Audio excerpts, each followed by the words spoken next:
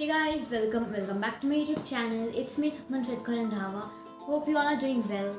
So I am back with another video, that is how to start your 10th with full productivity. Today I'm going to share some tips and tricks with you all that will help you to start your 10th very peacefully and productively. So these will be the basic tips that are gonna help you in your 10th. So make sure to watch this video till the very end. So let's get started.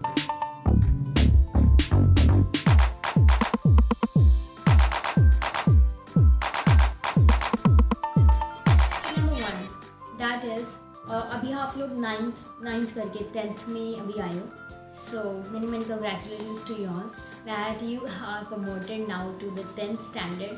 So पहली बात है stay away from the rumors. So बहुत सारे ऐसे rumors होते हैं 10th के बारे में कि हाँ ये 10th बोर्ड की क्लास है, बहुत डिफ़िकल्ट होती है. डिफ़िकल्ट इतनी नहीं होती जितना इससे बनाया जाता है, जितना इसे rumors से बताया जाता है.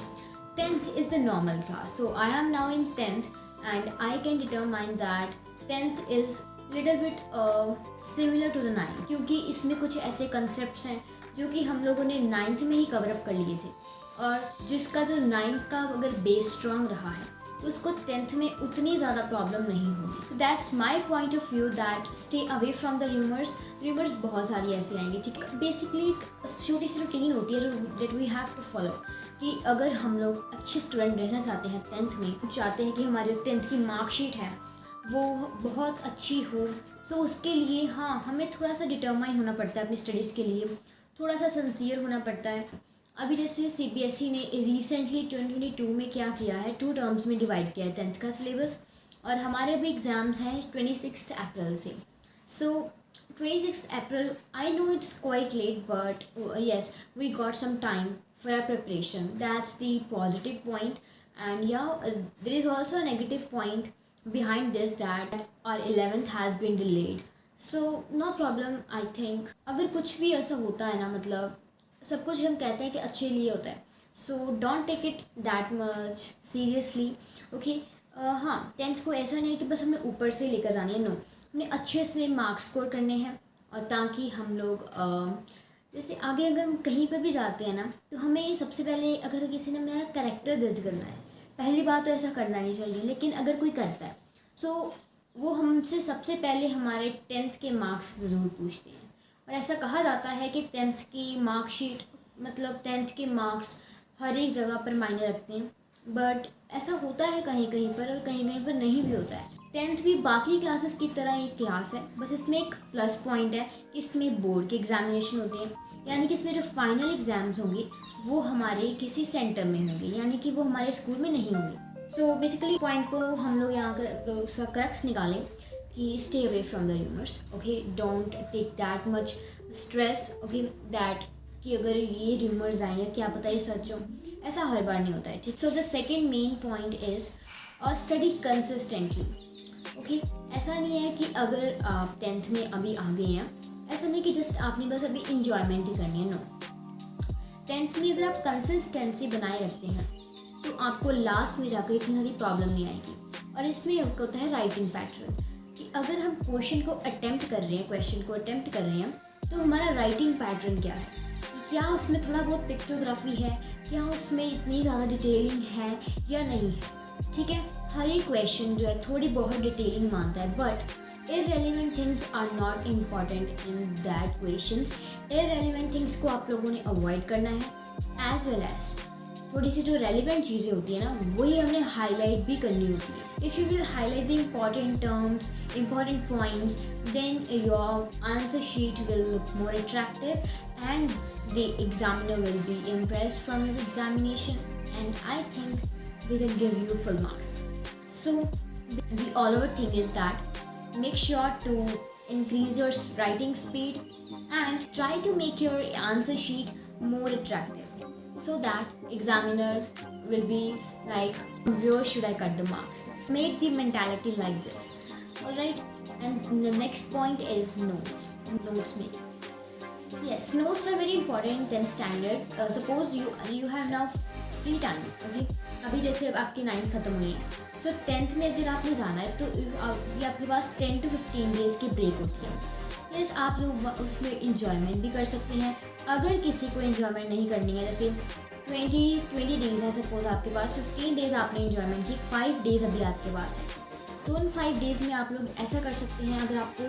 अगर आपको देखना है कि कैसा है सिलेबस 10th का, सो 10th का सारा सिलेबस हमें इंटरनेट पर मिल जाता है। So that's the plus point of 10th standard की हमें एक छोटी से छोटी चीज़ भी हमें इंटरनेट पर अवेलेबल मिलती है, जिससे कि हम अपने डाउट्स को बेहतर तरीके से क्लियर कर सकते हैं। अगर सपोज़ हमने स्कूल को स्किप कर दिया है एक दिन, so we can clear our doubts from the internet, from YouTube, from Google. So everything is available on internet. So that's the amazing thing about internet, that we have this opportunity that we can use that internet in our daily life and in our 10th standard. अभी जैसे आपको free time मिला है, सो अभी आप लोग क्या कर सकते हैं, एक चैप्टर उठाइए किसी भी सब्जेक्ट का। अगर आपका फेवरेट सब्जेक्ट साइंस है तो आप लोग साइंस का अगर आप एक चैप्टर उठाते हैं, suppose you pick up the chapter carbon and its compound, that chapter is quite small as well as simple. So make sure to pick up at least one chapter and watch the YouTube videos of that chapter. There are hundreds, thousands of videos available on internet of that chapter. So make sure to watch any single video and just try to revise the chapter. Okay, and try to read the chapter at once. So if you don't have NCERT book available right now, you can download the PDF from internet. Okay, every PDF is available on internet. You can just search on Google that PDF of this chapter name, basically PDF of book. आप book के भी PDF download कर सकते हैं। सो आप लोग वहाँ से भी इंटरनेट से भी ले सकते हैं और आप लोग इस तरीके से अपना सिलेबस को स्टार्ट कर सकते हैं। सो अभी हम लोग बात करते हैं लास्ट पॉइंट की, that is memories, enjoyment and fun.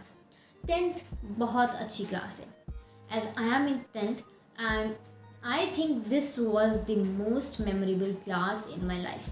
Y I am saying this, because in this class you will get opportunities to make memories with your friends.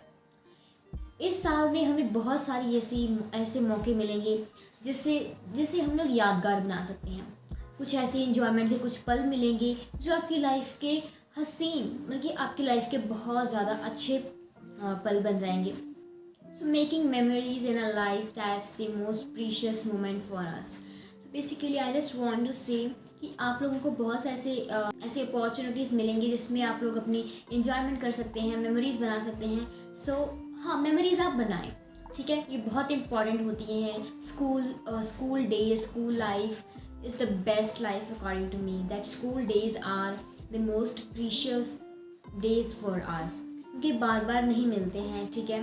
So just try to catch some memories and just save them for your future. So that's just enough for this video. I think you just got the glimpse of 10th standard, that how it gonna be happen in 10th, and what's gonna happen in your 10th standard. And best of luck for you all for your 10th standard. I hope you will score better than 9th. Okay, हमें ये नहीं देखना कि हाँ कि कौन कितना कर रहा है, बस आपको ये देखना है कि जितना मैंने 9th में किया है, जितना मैं बाकी पिछले ईयर्स में करती आ रही हूँ, मैं 10th में उससे बेटर करूँ। Means you just have to compete with yourself, not with others.